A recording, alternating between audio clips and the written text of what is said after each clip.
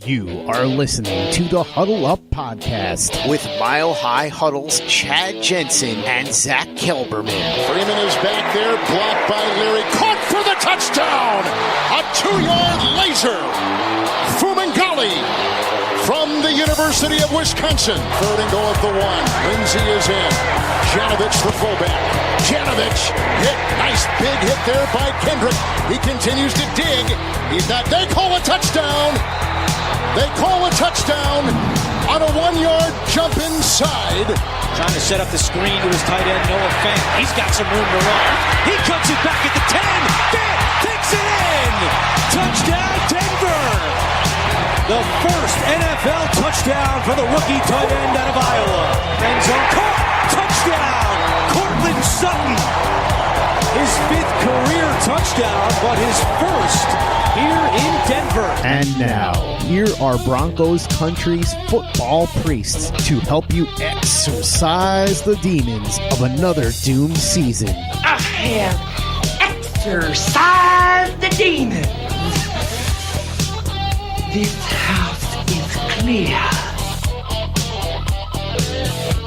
All right, welcome in, everybody, to the Huddle Up Podcast, presented, as always, by Mile High Huddle. It's a podcast powered by Overtime Media. Simulcasting here on YouTube and Facebook. I'm your host, Chad Jensen. With me, as always, my partner in crime. You know him, you love him. He is Zack Kelberman. Zack, did you get a chance? Well, today, Thursday, of course, is traditionally the day the quarterback talks, Von Miller talks, Vic Fangio talks, of course. Drew Lock at the podium, he was asked whether or not he feels like he's done enough to prove that, you know, he's the guy heading into the offseason.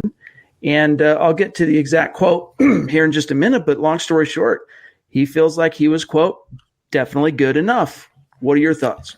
I love this mindset from Drew Lock, Chad. We've been talking about it, that we want him to attack this offseason. One of our big things for 2020 was him taking hold of this job and acting like the guy. Already have it set in his mind that he's the QB1, he's the face of the franchise, no matter what Fangio says, no matter what Elway says. That's that alpha mentality, that's that it factor coming out on and off the field. I love this way of thinking from Drew Lock, and I think it'll serve him well in the future. And you know what? I feel like his teammates will respect this attitude more than if he just kicked up his heels and was like, I don't know, I'll defer to the coaching staff. If he had that passive Trevor Siemian type personality or Paxton Lynch personality, I don't think those around him would revolve around that. But I feel like now he's taking hold of it. He's going to earn the respect of even more people in the locker room. You have to hand it to the kid that, you know what, he, in his own mind, in his own subconscious, I've seen him firsthand, he is QB1. And so he's going to attack this offseason as if he is the starting quarterback, if and unless told or proven otherwise. And for now, that's exactly what he is. He's the starting quarterback in the Denver Broncos. We've heard it from John Elway. We've heard it from Vic Fangio. He was drafted to be the future franchise quarterback. And so he has taken his place, basically. And we'll talk more about it. But first, I just want to welcome in everybody. Apologies, we're a little bit late tonight. You know, holidays. What are you going to do? Charge it to the game. People still juggling family, things going on, schedules. So thanks for bearing with us. And a lot of you that hanging out in the room, I want to say hello. Stu, Buona Beast, Jay, Joshua, Noble Young, all you guys. Thanks for hanging out and holding down the fort for us. Again, apologies for being a little bit late today. However, we are so stoked to talk to you guys, and it is Mile High Mailbag. We are your football priests. And so we're going to get into that here in just a second. First, though, a couple of quick reminders. Make sure you're following the show on Twitter at HuddleUpPod. That is simply the best way to stay on top of everything that's happening with the show in real time. Plus Denver Broncos news and announcements and programming and questions and scheduling. You want to make sure you're following the show on Twitter. And then don't forget to head on over to Apple Podcasts, leave a creative review. If you like what Zack and I are doing here, make sure it's a 5-star rating. What that does, two things. 2 birds, 1 stone. It allows you to get in on our giveaway, a hat, a shirt, whatever it might be. We randomly select a couple of names out of the hat each month. We'll announce the giveaways for December at the beginning of next week. And it also is just simply a great organic way to help support the show. This is the Overtime Podcast Network. But again, it is Mile High Mailbag time. We are your football priests, and each and every week we look forward to being here for you to offer the absolution and the answers to your burning Broncos questions. We're going to get to those here in just 1 second. I just wanted to finish this thought. And one other thing that Drew Lock said today at the podium, Zach, he's planning on organizing off-season throwing sessions. Now, as I wrote about earlier this evening, and it's an article that's going to go live here shortly after we finish up the podcast, but you kind of have to be viewed as the guy, not just by yourself, but by others, in order to have the clout to kind of draw the time and the attention of your receivers. I mean, because we're talking about the offseason. That's a coveted time off for these guys to rest and recharge. If you're going to basically draw that attention and the time and the work and all that stuff, you kind of got to have the clout of being the guy. Locke said today he completely plans on organizing off-season throwing sessions, which to me is a great sign that, and I think his receivers are going to fall right in line and be wherever he wants to organize it. Man, it's crazy because we talked about this, Chad. I mean, bullet point by bullet point, what we want Locke to do in the offseason. That's organize a throwing session, go into the offseason as the QB1 mindset, and he's doing all of that. I could not be more impressed by the way he's handling himself. You know, making the transition from college to the pros is tough in itself, but being on the bench for so long, being behind Joe Flacco, being the backup, he overcame all of that and he put it aside and he's really leading his team. And I love what I see from him on and off the field. It's true leadership. And I think for the first time since Peyton Manning, Chad, we haven't seen a quarterback in Denver do this. And I'm not making any comparisons, but it's just so encouraging that he's taking it by the horns and running with it. Absolutely. No doubt about it. And TG jumping in with a $5 donation on Super Chat. Appreciate you. Means a lot, brother. Stephen Baumgartner, one of our Super Chat biggest supporters and donors on Super Chat, jumps in, $10 donation. He says, do you guys think that Denver should try to sign Byron Jones? And Zach, this is a good question here by Stephen because it kind of piggybacks on an article that we published today at milehighhuddle.com. It was a roundtable where we went around the horn basically, and we each said which pending free agent, Bronco free agent, the team should make the top priority to re-sign, and then what outside free agent should be the top. And one of the names that kept coming up for a lot of the guys here at Mile High Huddle was Byron Jones. He's a cornerback. He's a defensive back in every sense of the word because he can play corner. Similarly to Kareem Jackson, actually, he can play corner or he can play safety. You can line him up pretty much anywhere on the field. I like Byron Jones, but I like another Jones a little bit more when it comes to putting that dollar on the table, and that's Chris Jones. You and I shared a brain on that. Yeah, I'm with you. And, you know, I've kept my eye, obviously, on Dallas quite a bit this season. And Byron Jones is a good player, but he's going to be way overpaid on the free agent market. And I don't think he's worth $12, $13 million a year, whatever he's going to get, Chad, by another team. He's a good player, but the Broncos invested money in Bryce Callahan. They can still bring back Chris Harris Jr. if they want. They have some younger corners. They just paid Kareem Jackson. They're going to have to pay Justin Simmons. They can't tie up so much money in the secondary and ignore the offensive line, ignore the wide receiver core. I would love to have a Byron Jones, but he's a luxury player on this defense. I think he's going to get paid by either Dallas or somebody else in the NFC. I don't see him coming to Denver. It'd be a one-player away type deal for a team. The Broncos are not one player away. AJ jumps in with a $2 donation on Super Chat. Appreciate you, bro. He says, any free agents you guys love that Denver needs to get? Now, Zach, again, this also piggybacks off of today's article that I just mentioned, but one guy that we've talked about on this podcast before, we're probably not going to be fully in agreement on this, is Brandon Scherff, is a guy that I really like. The more I think about it, the more I like it. And I get that, I think the last two, for sure this year, I'm not sure about last year. I think you mentioned that it's 2 years now in a row that Scherff, the right guard of the Washington Redskins, former top 5 overall pick, that he has finished on injured reserve. Now, considering the Broncos being cursed in terms of signing offensive linemen on the free agent market who end up being injury prone, you kind of have to go all the way back, I think, to Luis Vasquez, who John Elway crushed that one out of the park, man. He was a first-team All-Pro his first year in Denver at right guard. They signed him away from the Chargers. Outside of him, Zach, the Broncos have had a lot of bad luck with signing offensive linemen in free agency who go on to have a lot of injury issues. But with Brandon Scherff, I think he's so good and would be such a fit here, especially in tandem with the right tackle situation with Juwan James. You got to assume he's going to be back next year. And with Mike Munchak, the coaching, I might be willing to look beyond that unless it just gets crazy money. If the money gets ridiculous, then you make do with somewhere else. You allocate your dollars somewhere else. But I like Brandon Scherf. I like Chris Jones. I like Byron Jones. Those are probably the three guys that interest me the most right now. I can throw out Akeem Hicks as defensive lineman. That's one guy who would play really well in Denver. In terms of Scherf, though, I wouldn't mind it so much. I understand Elway's proclivity to signing injury-prone linemen, and it hasn't worked out for them. But if it's more along the lines of a 2-year incentive-laden deal, I would not mind it at all. When he's healthy, he's a very capable player. He would be a day-one starter in Denver and be a big upgraded guard over Ronald Leary. I just don't see the Broncos, after Donald Stevenson, Menelik Watson, and now Juwan James, investing more money in a hurt lineman where they can either go to the draft or try to pick some up elsewhere. So that's one guy.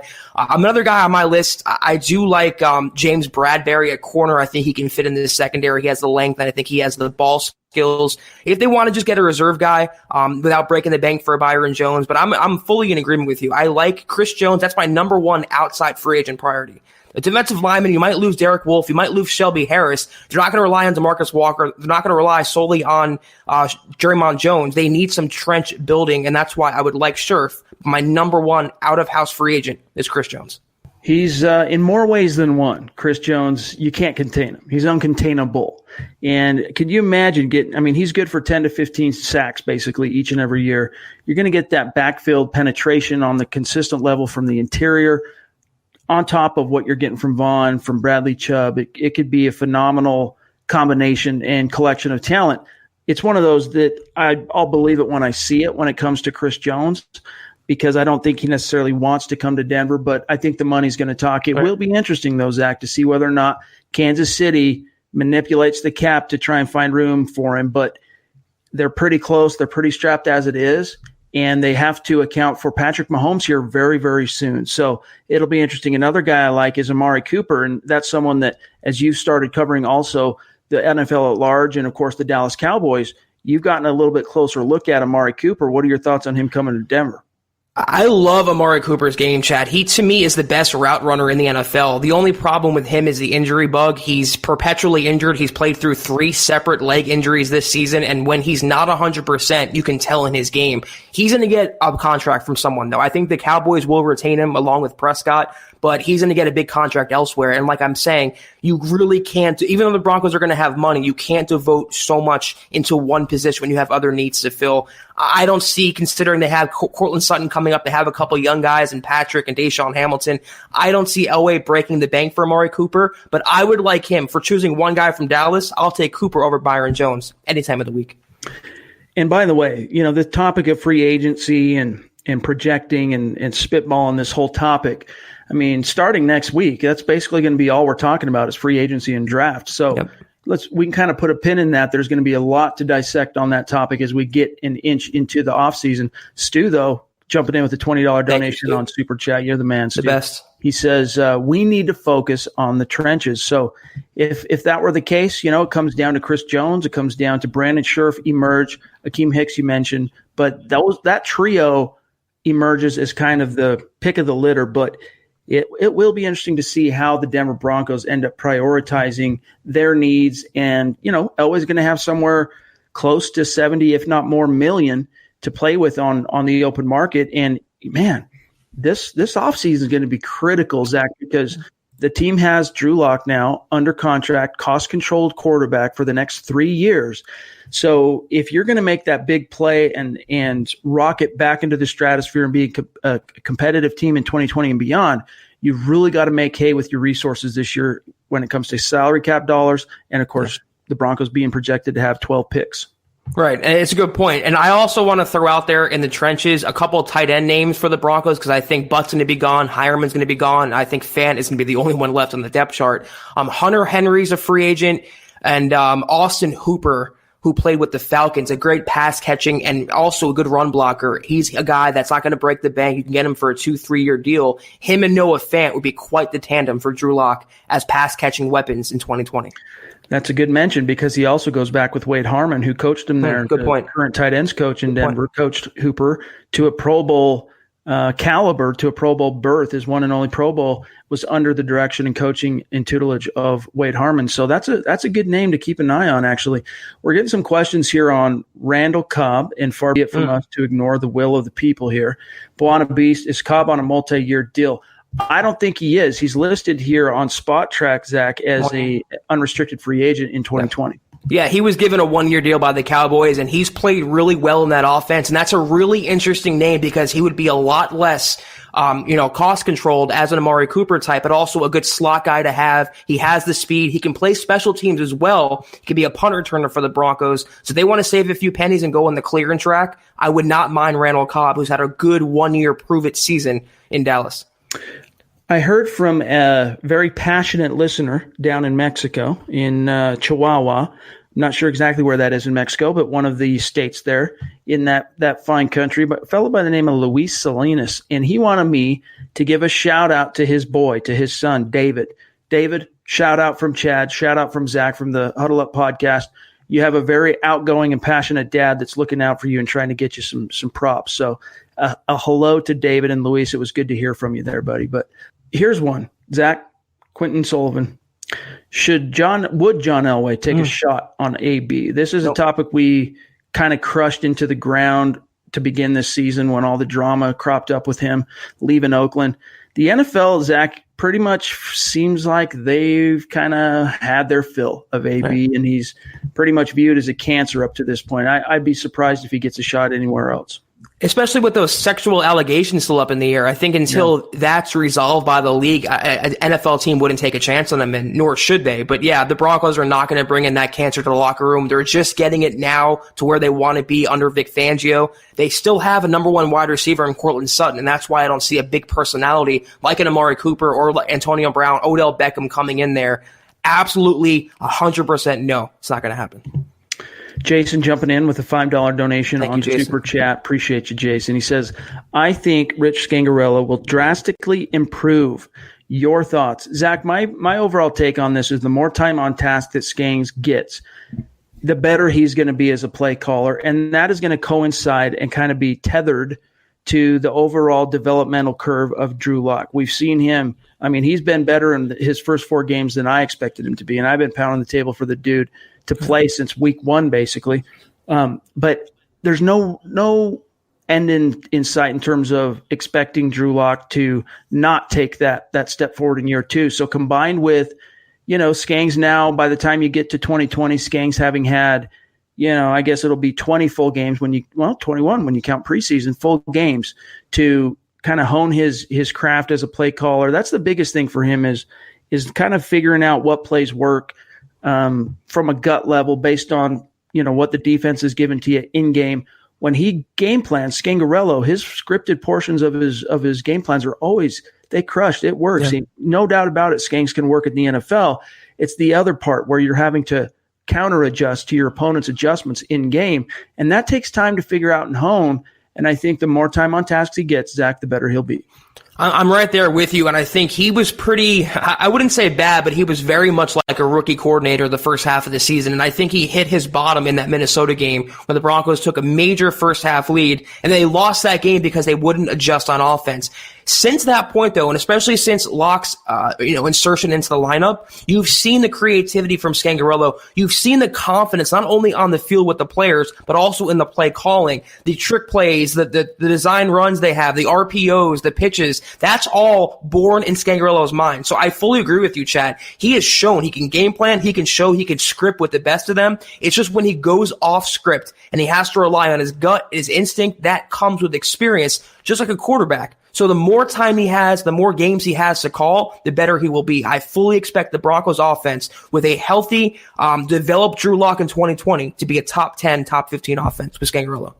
And the faster that Lock develops and the more he kind of comes into his own, the more capable you're going to see Scangarello look, because under Joe Flacco, Scangarello looked like about as impotent and hapless of an offensive coordinator as there is in the NFL.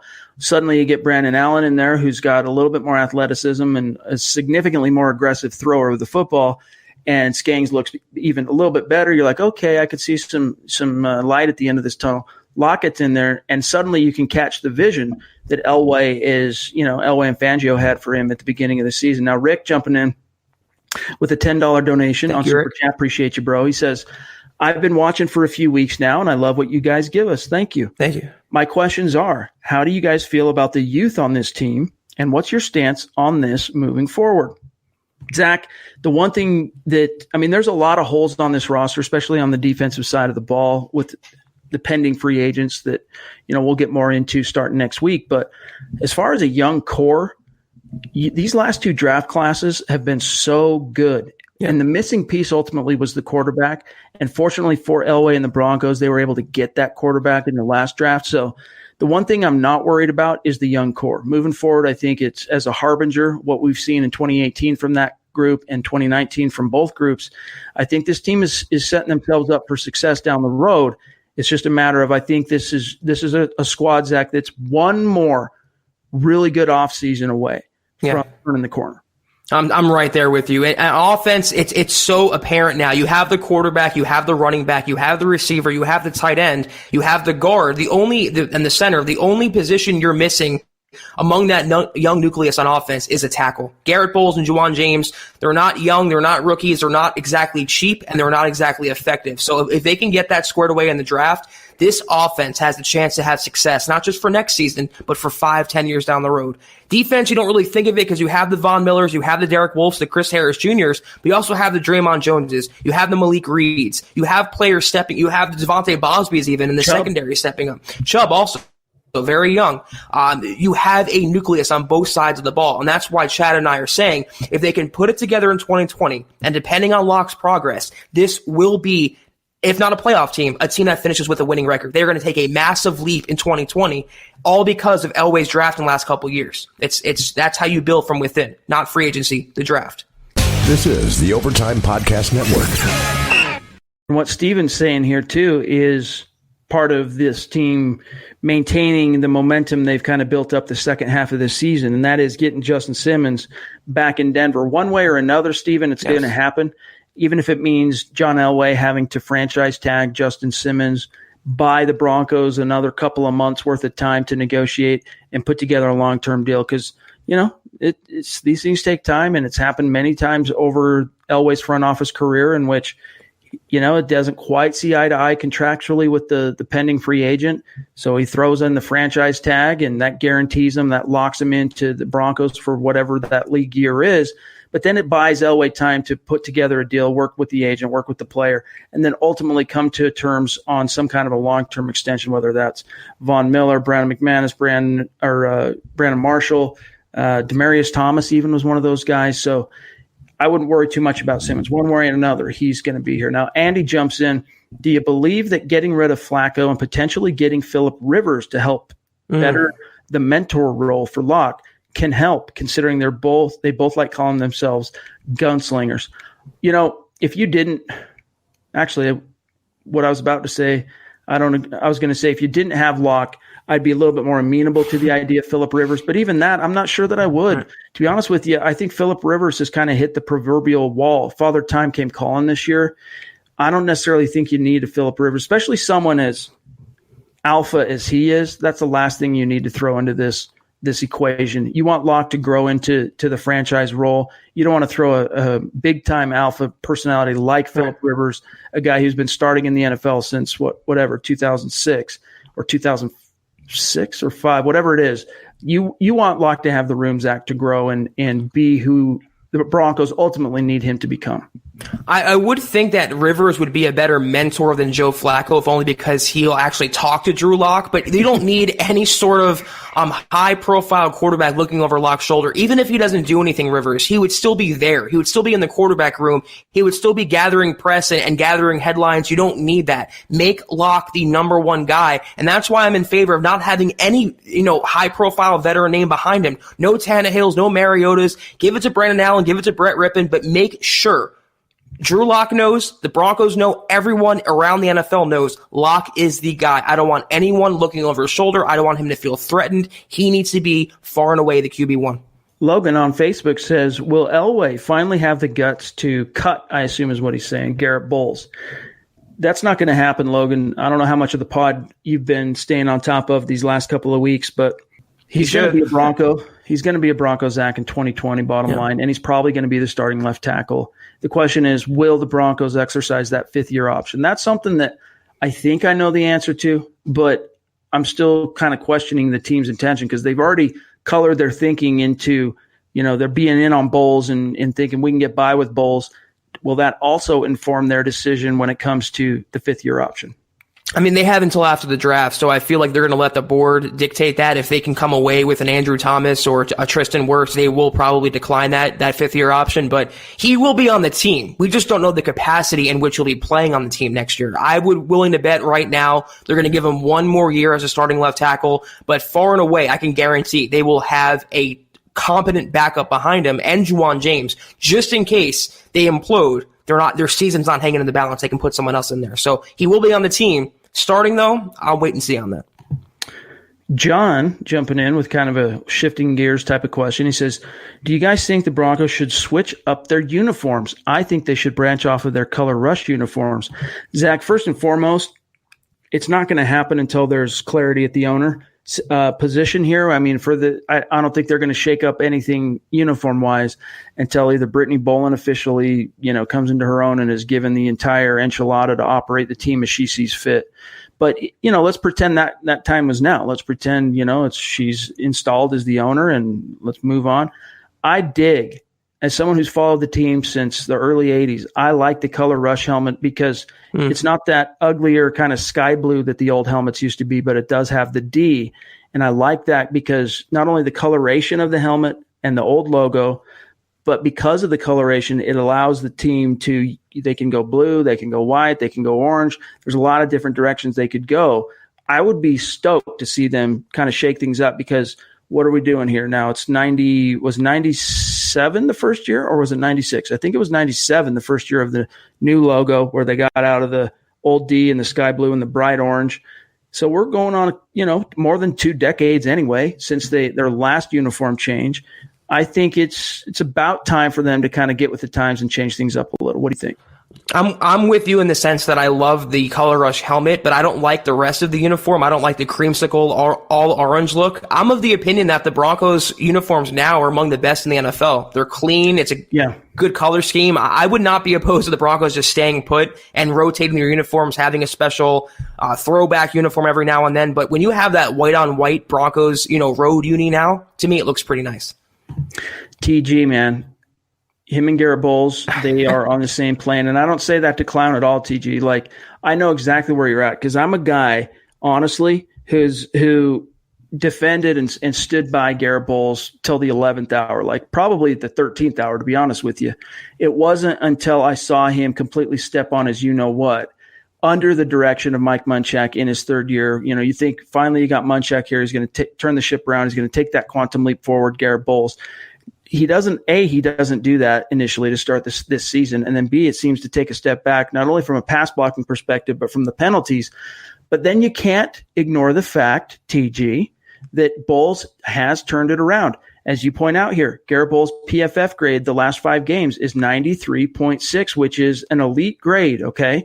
And that's what I'm telling you. And that's why the Broncos don't expect to change at left tackle going into 2020. Not necessarily, that doesn't mean they're going to take tackle off the board in the draft, but Garrett Bowles is going to be given every opportunity to maintain that job. It's just the only problem with, even as well as he's played this, let's just say the last quarter of the season, TG, think about this. At any given moment, he can pull one of those facepalm situations, flag hold, whatever, tackle a dude, whatever, that completely torpedoes and derails a drive. Maybe it's in the second quarter and it has little effect on the game. Maybe it's in the clutch when you really need things to be running smoothly up front. That's the biggest problem with Garrett Bowles. I mean, I guess I have that reputation as being a Garrett Bowles hater, so I'll live up to it. I don't see how, first of all, Pro Football Focus grades are not the end-all be-all. They're not this all-knowing determination of a player's ability or worth. Second of all, do those 5 games, is that one rating undo the last 3, 2.5, whatever, going on 3 full seasons of Garrett Bowles as your starting left tackle? To me, it doesn't. And again, why are we lauding him for being okay for 5 games when you spent a first-round pick on the guy at left tackle and you passed up a lot of other players at that spot? Why are we lauding him for 5 games worth when, like you said, Chad, at any moment in time, he can take plays off the board, he can kill drive, he literally single-handedly has derailed the Broncos offense. So just because he's been okay for 5 games, I'm not ready to say he should be the left tackle. I'm not ready to say he's fixed or he's cured. He's still an inconsistent, mediocre tackle who I don't trust in the least for a consistent 60 minutes. Yeah, I want to see him do it for a season. I want to see him play the level he's played this last quarter of a season for an entire season, A. And B, I want to see him not be one of the top 2 or 3 penalized players in the league for a season. You know, once you get past that, then I can get a little bit more on top of the Garrett Bowles train, so to speak. But it's one of those once bitten, twice shy situations with Bowles. And here's what Fangio said today, quote, "The one thing about Garrett that gets forgotten about and not mentioned much is that he's there every day to practice, every game to play. He plays every play, and he's reliable in that regard. I think that's an important quality that you're looking for in all players. He's done that. He has played better this last, I don't want to say what game it started, but his recent past, he has played better," close quote from Vic Fangio. And by the way, Zach, I don't know if you caught this, Elijah Wilkinson's prognosis for the season finale, according to Fangio, it's pretty iffy, which means we're probably going to get a full game audition from Jake Rogers at right tackle. It'll be interesting to see. Wait, first of all, did Fangio throw low-key shade at Juwan James there, saying he can be on every snap and play every game? Second of all, why are we complimenting him for that? Why is that a commendable thing? He can play every game, and he's there at practice every day. He's an NFL player getting paid millions of dollars. That's his primary job responsibility. Why is that praiseworthy? That's how low the bar is with Garrett Bowles, Chad, that we're praising the guy for coming to practice. We're praising him for suiting up in a game. That is not how it should be. He's on a 7th round pick. He was your 1st round draft pick. I want way more than that, than just that low level of adequacy. Black Knight jumping in with a $20 donation on Super Chat. You're awesome, man. Appreciate you so much. He says, "I've got a question. What would you rather have in terms of offensive free agents and a need in the draft? Minus OL, running back being Melvin Gordon, tight end Austin Hooper with a wide receiver in the draft, or wide receiver Amari Cooper, tight end Austin Hooper with a running back in the draft?" Ooh, that's interesting. What do you think, Zach? I mean, if given the 2 options, I'd love to have Amari Cooper and Austin Hooper in this offense. And you're talking about probably a top 10 team there on paper with Drew Lock and Cortland Sutton, Phillip Lindsay, Noah Fant. That is a lot of weaponry for a gunslinging quarterback. So I don't know if it'll happen, but I would definitely – I'm not a Melvin Gordon fan, first of all. He's too injury-prone. Running backs are a dime a dozen. You have a franchise running back in Phillip Lindsay. You have Royce Freeman. You can get Amari Cooper, though, pair him with Cortland Sutton, Fant with Hooper. I mean, that's a really good offense on paper. And that's what I was going to say is I would rather have Amari Cooper than Melvin Gordon. And honestly, I would rather have Austin Eckler than Melvin Gordon in terms of what the Broncos need, what this offense is missing. Yes. Yeah, I concur with you on that. Jason jumping back in, he says, with a $5 donation, thank you so much, Jason. He says, "How likely is Brett Rippon the future backup, and why the high signing amount?" So for those of you who might have missed this or don't remember, the Broncos paid Brett Rippon. He was undrafted. They were going to take him in the 7th round, but they ended up packaging their 7th round pick to move up in a trade into the 6th round to get the wideout out of Colorado, Juwan Winfrey. And so fortunately for the Broncos, Brett Rippon ended up falling completely out of the draft. They were able to re-sign him. But here's what happened. There was a bigger and hotter market for his services after the draft than the Broncos probably anticipated. They might not necessarily have made that trade up to grab Juwan Winfrey had they known that ahead of time. Long story short, they had to drop some serious coin as a college free agent to get him to come to Denver. $146,000 they guaranteed him, and that was unprecedented, not only for the Broncos, but I'm pretty sure across the NFL. It's no undrafted rookie's ever been given that amount of money to sign. and it was all guaranteed. So even if they would have cut him on the doorstep of the season, didn't like what they saw, that was all money that they kissed goodbye. So here's the thing. Scangarello likes Rippon a lot, and one of the two, from a traits perspective, he and Drew Lock don't share a lot. Lock's just a significantly superior thrower of the football and athlete. But the one thing that they did have in common, Zach, they were both 4-year starters at their respective schools, and that 4-year body of work allowed Scangarello to get into his tape and really kind of figure out what type of quarterback he was, and allowed him to project how Rippon could fit into this offense. To answer the question, though, I think Rippon is going to get a chance to battle whoever the veteran stopgap is going to be next summer, whether that ends up just being Brandon Allen, whether the Broncos sign somebody and bring him in to compete. It's not going to be an open competition for the starting job. That's going to be Drew Lock. But it will be a battle for the backup job, Zach. Rippon's ceiling, and absolutely you're spot on with what you said, but his ceiling is that of a solid number two quarterback, a long-term backup. And you know what? You can always have room for those players, but you need to have a guy who's been in the system, who's a heady, cerebral quarterback who can step in and play a game or two. That's a Brandon Allen. That's a Brett Rippon. So I agree with what you said, Chad. He will get the opportunity. I'm going to go on a limb right now. I'm going to say the Broncos do not pick up a quarterback this offseason in free agency or the draft. They're going to go into 2020 with the players they have now. They've been in the system. They've been around the team, and they have Lock as the guy. You don't need anyone else behind Drew Lock. You need a couple of young guys, a couple depth players. Other than that, though, what's the point in bringing in a Tannehill or a Mariota or a Ryan Fitzpatrick? All it's going to do is take away reps from the young guys. You have Brandon Allen, who's considered a veteran now. You have Rippon, who's the young guy, a dependable backup, and you have Lock as the QB1. I don't think they bring any quarterback, Chad. I think you could very well be right. It's a good chance that the only quarterback transaction the Broncos make in 2020 is cutting Joe Flacco. Our friend Mark jumps in with a $10 donation on Super Chat. He says, Walter Football has Jake Fromm going to Denver in the first round per Charlie Campbell. And then he says, Brandon Perna is an uncensored version of Zach, hashtag Zach, Chad and Zach, my boys. The funny thing about it, we love Brandon Perna, Mark. Brandon actually used to be a part of Mile High Huddle. For those of you who've been around with us since the site was founded back in 2014, Brandon is a good friend of mine. And he used to make videos for Mile High Huddle from like 2014 through, I want to say, right after Super Bowl 50. And then we parted ways. His channel took off, and Mile High Huddle kind of took off in its own direction.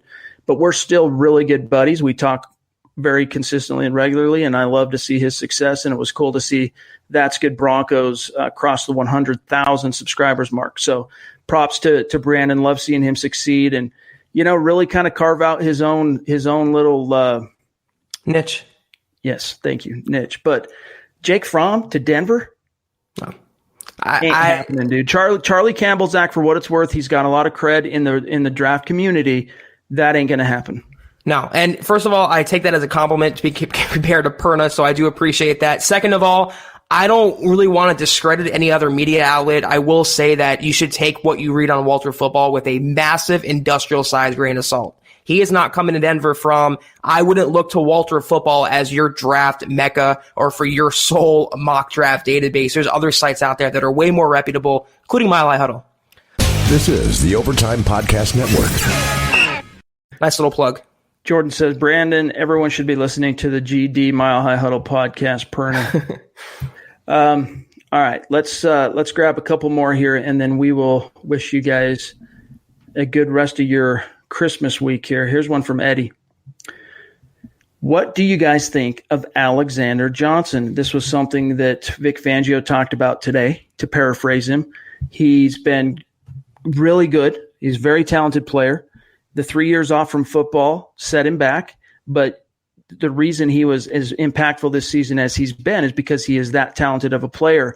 But having that knee injury, even though he's played through it, unlike other guys we could talk about, has set him back a little bit. But Fangio is very complimentary of Alexander Johnson. To me, Zach, he serves as, in the minds of the Broncos, they have one of their two off-ball linebacker slots locked down for the next 5 years, and that's Alexander Johnson. I do think they're going to look to make an upgrade over Todd Davis, though. whether it be the draft or free agency. I think they're going to look to find someone with a little bit more lateral speed and a little more twitch to him. But the problem is Davis doesn't suck. He's a very good run defender. He's really instinctive, and he's really good at picking the right hole most of the time and filling the right gap. It's just a matter of the right offensive coordinator and the right quarterback can really exploit him, because he's, once he turns his back to the line of scrimmage, dude, it's over.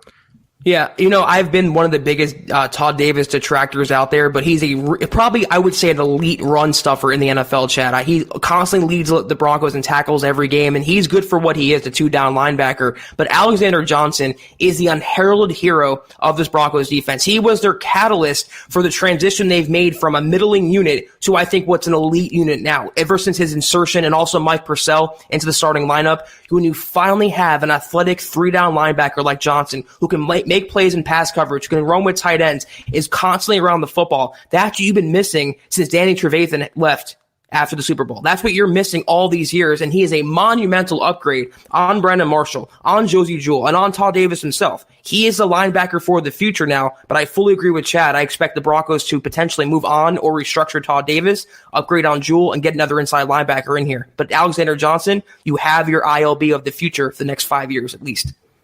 All right, here's the last one we'll take here from Black Knight. Jumps back in with a $20 donation.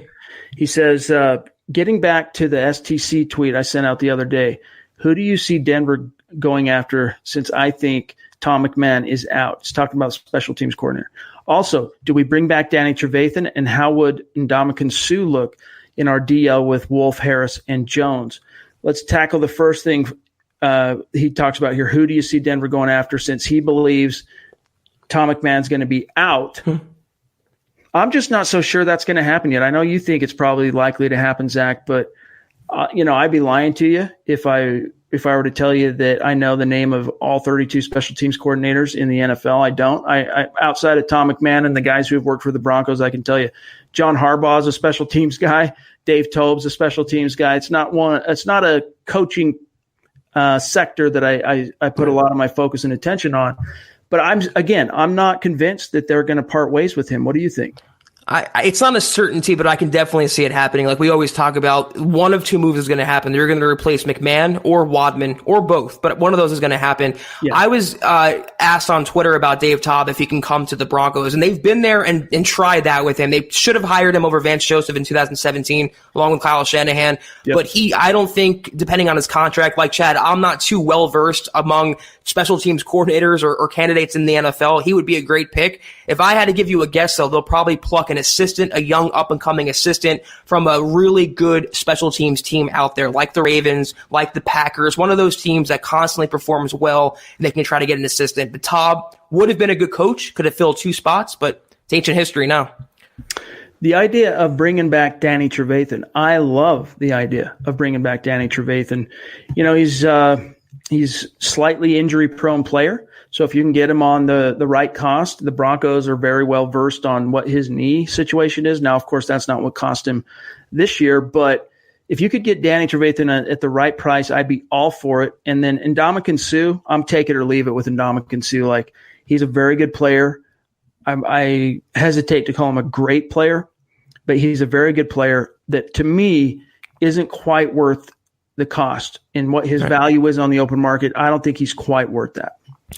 Danny Trevathan would be, I would like that move along with Alexander Johnson. That would be, to me, an upgrade on Todd Davis. I don't want Suh, though. I think he's a cancer. I think he's a locker room lawyer, and they don't need that. Same reason they don't need an Antonio Brown in there. They are just getting the culture now to where they want to be. They got rid of Emmanuel Sanders because he was making waves in the locker room. They're not going to bring in a guy who's known for making waves and stepping on people's heads on the field. They don't need those players on the team. I think they're good with the players they have. Bring back Shelby Harris. Bring back Derek Wolfe before I sign Ndamukong Suh. Ariel, if you want to get one more in, we love you. Get it in. We'll try and buy us some time here. There's one more from Rick. He says, I believe in Drew Lock. Do you believe in Lock being the franchise quarterback moving forward? I've been trying to tell you guys since before the draft that he's got franchise tools. And this season, that 10 weeks off, man, did wonders for him on his mental level, processing speed of understanding defenses. He's not perfect. He's still a young quarterback, but he's a lot farther along than I expected him to. I would be completely remiss to suddenly change course based on the fact that he's 3-1. I mean, historical precedence Drew Lock has set just in this first 4 games, man, from the records he broke in the Houston game to joining John Elway as the first Broncos rookie quarterback to win their first 2 starts. Now, of course, he's also the only Broncos rookie quarterback, to win 3 of his first 4. And if he goes and wins 4 of his first 5, I mean, the rest is history. So he's on that pace, you guys, to be that guy. I think he's got what it takes between the ears, and we all know what he's got physically. I don't see anything. I've seen nothing so far this year. Let me put it this way, that would dissuade me or disabuse me of the notion that he is that guy. He still needs more time, and it's not going to happen overnight. Worst case, he absolutely deserves 2020 as a full season audition. But I do think that he's going to make more of it than that. I think he's going to be the guy in Denver for years to come. I really do. Yeah, I'm right there with you. I'm a big Drew Lock guy, and I'm not quite ready to say he's the franchise quarterback for years and years and years. I think he has a little more to prove than these only a handful of games, but I think by far he is the Broncos starting quarterback, and he's earned that for all of 2020. Unfettered, untouched, the understood guy in Denver. That is Drew Lock for next season. I think he's earned that, and the hype that you're feeling around Lock is different for a reason. It's different than Lynch. It's different than Keenum. It's different than Flacco, because he can be the guy, and he's shown glimpses of being the guy, and not just for a season or 2, not as a placeholder, not as a bridge starter, not as a bide your time kind of guy, a true franchise young signal caller who can go potentially toe-to-toe with the Mahomes, with the Lamar Jacksons. The Broncos have that now, and that's why they should do everything in their power to nurture him for next season. Ariel, you didn't have to throw in $10, dude. Appreciate you. We do appreciate you so much. Do you guys think that with the quarterback situation already figured out, should the Broncos aim money at free agents for the O-line instead of the draft? Thanks for the awesome work, guys. Appreciate you. Free agent dollars, no, I mean, I think there's a way to do both. As I've said earlier in this podcast, I like the idea. I kind of doubted it for a minute, but after chewing on it a little bit longer, I like the idea of going after Brandon Scherff in free agency, unless it's like a market setting type of deal for a right guard, then I want out of that. But if you can get him at a relatively reasonable price, and by that I just mean, you're not doing like they did last year with Juwan James, where when he was signed, it was the highest right tackle contract given out in free agency in NFL history. I don't want market setting type of precedence when it comes to Brandon Scherff, because of the precedent with Juwan James, and because of it's just bad form. All right. But I do like the idea of Brandon Scherff coming to Denver and building through the free agency, as far as the offensive line, building through free agency. But this is going to be a good year for offensive tackle depth, especially, Zach, in the draft. So I think there's a way to balance both, to be honest with you. I don't understand why it can't be both. Why does it have to be one or the other? Why they're going to have $70 million at least and 12 draft picks? Why can't they sign a Scherff at guard and draft a tackle like a Wirfs or a Thomas so you have him on the roster? They need to build the trenches. They've ignored it enough over the years. And one thing we've seen from the Ron O'Learys and the Juwan James and the Stevensons, free agent linemen don't really work out, because if there's a good lineman, teams don't let those players get away. The only way to let them get away is if they're underperforming or they're injury prone. And the Broncos have made a habit signing those cast-offs. They need to build from within, develop their own players. That's why I'm saying go to the draft, build the trenches up, use the first couple picks on linemen, defensive linemen, offensive linemen. Doesn't have to be one or the other. If they go that route, though, the first person who will thank Elway is Drew Lock. All right, one more. Black Knight jumping back in. He says, any thoughts on doing a live stream of FanSpeak's Ultimate GM? I'm wondering what your dream team would look like. That's an interesting idea and something that we could tackle in the off season, Zach. I'll be honest with you. I'm not 100% well versed on. I know what FanSpeak is, but I've never done their Ultimate GM. I've used them for their draft, their mock drafts that we've used them for in terms of creating content and doing it also on the pod.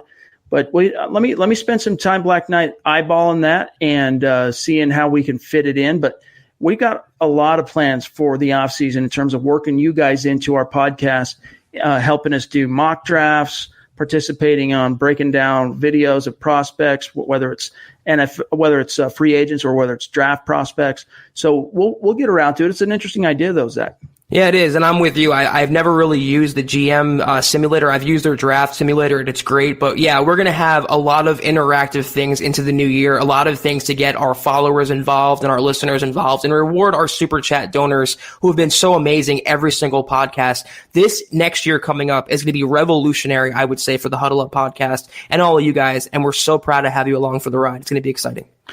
Buck. Now, for those of you who missed it, Glenn's talking about my new little doggy that I got as a birthday surprise a couple weeks ago. Buck, he's a little black smudge, basically. You can barely see his face. I put him up here and show him to you, but he's so black, his fur, that you can't see his features. I've tried to get him through pictures, and even if I do different filters and stuff, you just can't see his face.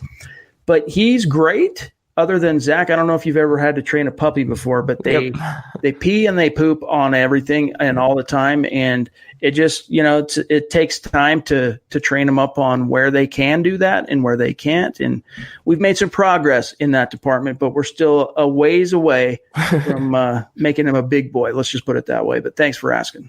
Yeah, it's a transition. That's why I think some prefer cats, because you just, they go themselves. You don't have to worry about that. But there's pros and cons to both. But Buck's a cutie, and, I think Chad's pretty happy with him. Yeah, he just needs to quiet down he's still, we're putting him in his kennel to sleep at night, trying to, teach him how to self-soothe and all that. And he's keeping us up. So he just needs to go to sleep, dang it. But you guys, that's going to do it for today's episode of the Huddle Up Podcast. Thanks once again to each and every one of you for joining us live, especially our Super Chat donors. You guys are awesome. We love you so much. And we got a lot of stuff planned going into 2020 that you'll want to stay tuned for. Make sure you're following the show on Twitter at HuddleUpPod. Simply the best way to stay on top of everything that's happening with the show in real time. You can find my partner, Zack Kelberman, right here on Twitter at Kelberman NFL, myself at Chad and Jensen. Stay tuned, because this might be the last Mile High Mailbag of the 2019 season for your football priest, but we're going to be back immediately following the Broncos-Raiders game on Sunday. There will be one more gut reaction in the calendar year of 2019, and that's where you and I will next speak, Zach, with these guys. But in the meantime, there's also going to be a Scout's Eye preview from Nick and Carl of Building the Broncos, and I'm sure even with the Christmas holiday and whatnot, I'm sure Eric and Lance are going to have something cooking up for Dove Valley Deep Diver. So there'll be plenty of podcast content coming for you between now and game time. But Zach, have a great rest of your week, brother. You as well. And I think when we hop back on for our gut reaction, it's going to be a fairly happy one. That's my prediction for right now. Yeah, Drew Lock going 4-1 as a starter. What's up, Christy? Good to see you late there. Yeah, Drew and Lock going 4-1 as a starter. It's very real, very possible. The Broncos have lost their last two games when it comes to the Oakland Raiders. So they're motivated, long story short, to get this W. So we'll see how it shakes out. But, guys, have a great weekend. For Zack Kelberman, I'm Chad Jensen. We'll talk to you guys Sunday, immediately following the game. You've been listening to the Huddle Up Podcast. Join Broncos Country's deep divers at milehighhuddle.com to keep the conversation going.